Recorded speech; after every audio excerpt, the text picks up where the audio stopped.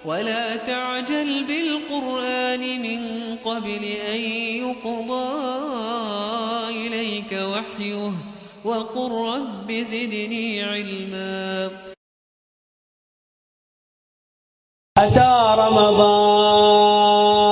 فاقبل يا أخيا. Jangan terlepas daripada mengikuti siri video bimbingan Ramadan yang diterbitkan oleh Pondok At-Tawabin setiap hari bermula 30 hari bulan Mac 2022. فكم من صائم قد غاب عنا فهل من عبرة إن كنت حيا. بسم الله الرحمن الرحيم. السلام عليكم ورحمة الله وبركاته. إن الحمد لله نحمده ونستعينه ونستغفره ونعوذ بالله من شرور أنفسنا وسيئات أعمالنا. من يهده الله فلا مضل له ومن يضلل فلا هادي له. أشهد أن لا إله إلا الله وحده لا شريك له وأشهد أن محمدا عبده ورسوله صلى الله عليه وعلى آله وصحبه وسلم. أما بعد.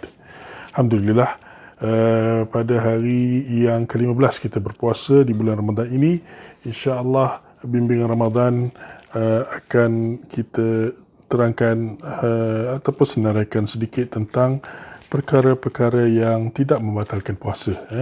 Ini diambil daripada kitab Hikmah Ramadan dan Pedoman Rasulullah SAW dalam berpuasa yang ditulis oleh Dr. Fadlan Muhammad Uthman. Kitab ini alhamdulillah bermanfaat insya-Allah, jadi kita ambil kita baca daripada sini ringkas sahaja insya-Allah ya. Jadi perkara-perkara yang tidak membatalkan puasa di dalam surat 79 yang mana disebutkan di sini iaitu makan dan minum secara terlupa. Makan dan minum secara terlupa, yang ini kita pun biasa dah, benda ni dah biasa.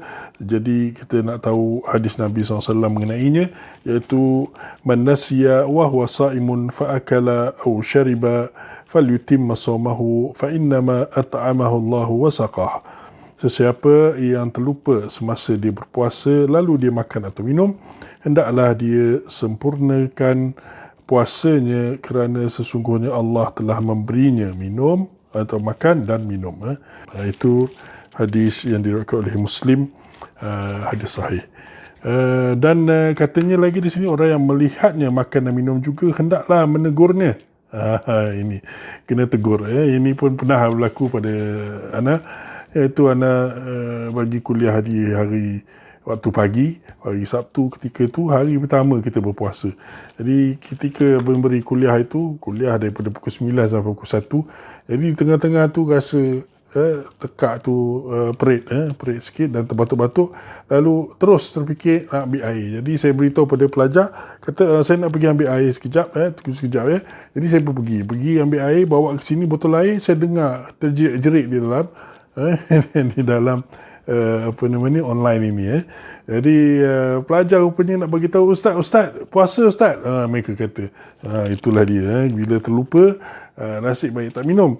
Ataupun boleh kita kata sebenarnya kalau dapat minum tu Allah bagi makan dan minum. Kalau terlupa tu, jadi masa tu tak adalah Allah bagi makan dan minum, sebab tak sempat. Ditegur oleh pelajar yang dengar anak ambil ayat tu. Jadi alhamdulillah ala kulli hal. Kemudian nombor dua yang perkara-perkara tidak membatalkan puasa, iaitu bermesraan dengan pasangan suami isteri tanpa jima'. Jadi ini berdasarkan pada hadis Nabi SAW yang diriwayatkan oleh Aisyah.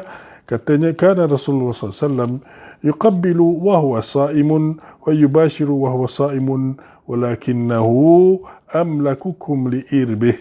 Iaitu Aisyah berkata, dahulunya Rasulullah SAW biasa mengucup isterinya semasa baginda berpuasa dan bermesraan dengan isterinya semasa baginda berpuasa. Namun baginda paling kuat mengawal diri di kalangan kalian semua. Jadi maksud dekat sini bermesraan di sini selain daripada jima' lah. Selain daripada jima', maka ianya dibolehkan. Tetapi ada hadis yang lain yang mana mungkin kita kata ke sini ada dia punya isyarat dalam hadis ni lah. Walakinnahu al-malakukum li'irbih, iaitu dia paling kuat mengawal diri, dia boleh kawal diri dia. Ada hadis yang lain yang mana Nabi SAW ditanya oleh orang muda, boleh tak dia cium isterinya ketika berpuasa? Nabi kata tidak. Kemudian datang orang lain lagi, orang tua pula, tanya boleh tak dia cium isterinya ketika berpuasa? Nabi kata boleh. Lalu Aisyah tanya kepadanya, kenapa yang ini boleh, yang ini tak boleh, yang ini boleh? Nabi kata orang yang muda tu kan, dan muda tu dia tak mungkin, dia tak dapat nak mengawal diri dia.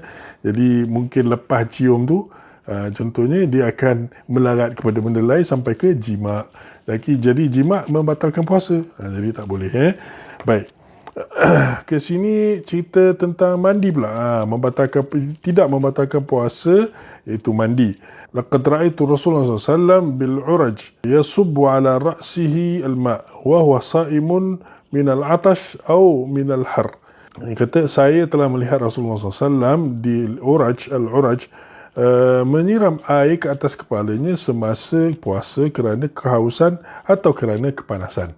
Jadi memang Nabi buat benda tu sendiri. Jadi maknanya bila Nabi lakukan, maknanya dia hukumnya boleh bagi orang lain. Tapi di hadis ini umum, katanya tidak menetapkan waktu untuk mandi di bulan Ramadan. Boleh saja waktu pagi ke, tengah hari ke, ataupun petang selepas asar pun boleh. Maknanya boleh mandi untuk menyejukkan badan. Baik, nombor seterusnya iaitu gosok gigi atau bersiwak.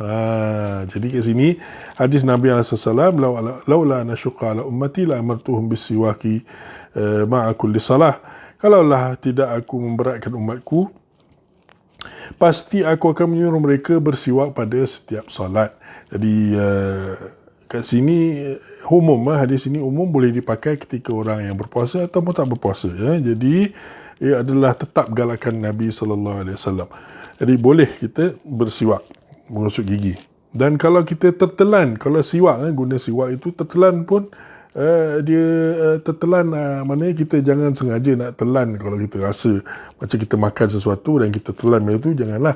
Kita boleh cuba nak ludahkan apa yang kita rasa macam benda-benda cepis-cepis, ludahkan. Kalau gosok gigi dengan ubat gigi tu, kita cuba ludahkan semua yang mana ada. Tapi bila dah rasa macam fresh, mulut tu dah rasa fresh, rasa segar, dan kita ada air liur, kita dah tahu dah bahawa yang lain semua, ubat gigi ke apa dah diludahkan, tapi kita ada rasa segar tu. Jadi itu tak ada masalah kalau kita telan air liur seperti itu. Yang kelima iaitu rasa makanan, korek telinga dan hidung.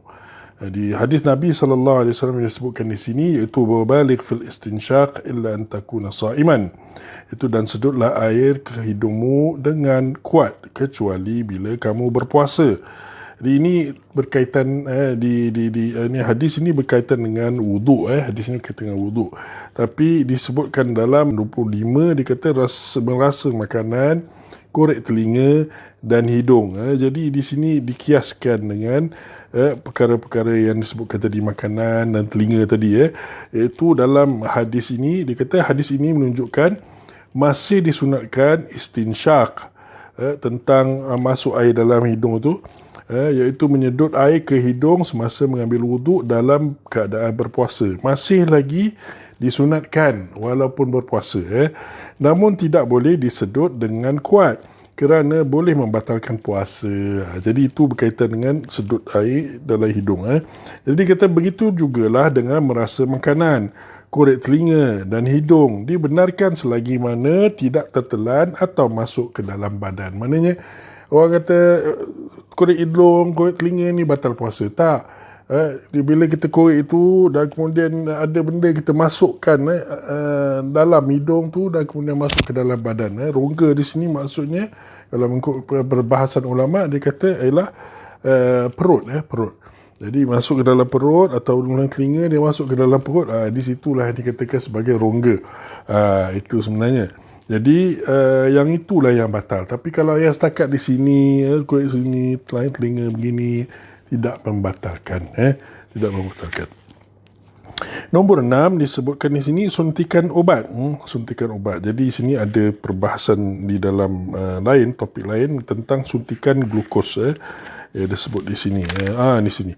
Katanya menurut fatwa Jawatan Kuasa Tetap untuk Kajian Ilmiah dan juga Fatwa Arab Saudi, apabila ditanya apakah hukum berubat dengan suntikan pada siang bulan Ramadan, sama ada suntikan makanan maupun ubat.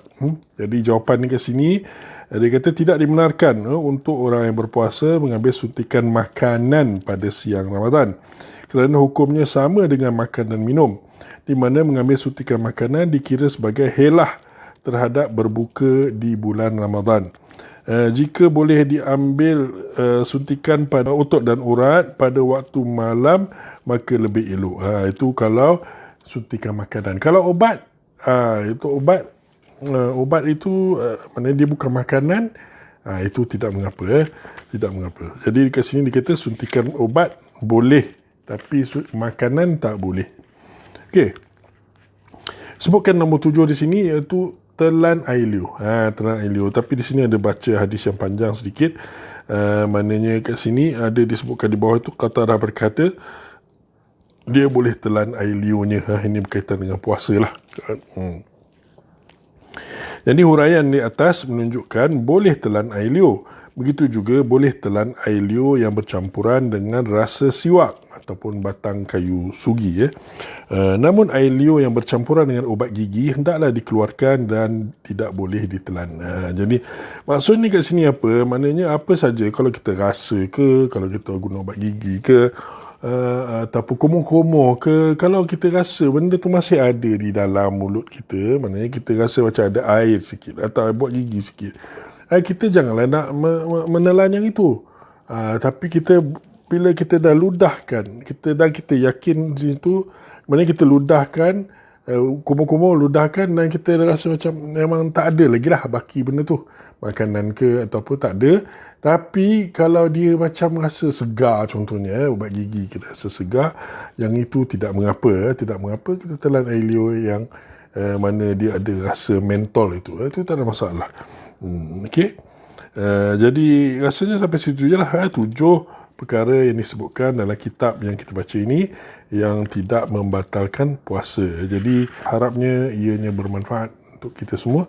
Sallallahu alaihi nabiyina Muhammad wa ala alihi wa sahbihi ajma'in. Walhamdulillahi rabbil alamin. Assalamualaikum warahmatullahi wabarakatuh. وقل يا ربها قد جئت فاغفر ذنوبا كنت آتيها مليا ذنوبا كنت آتيها مليا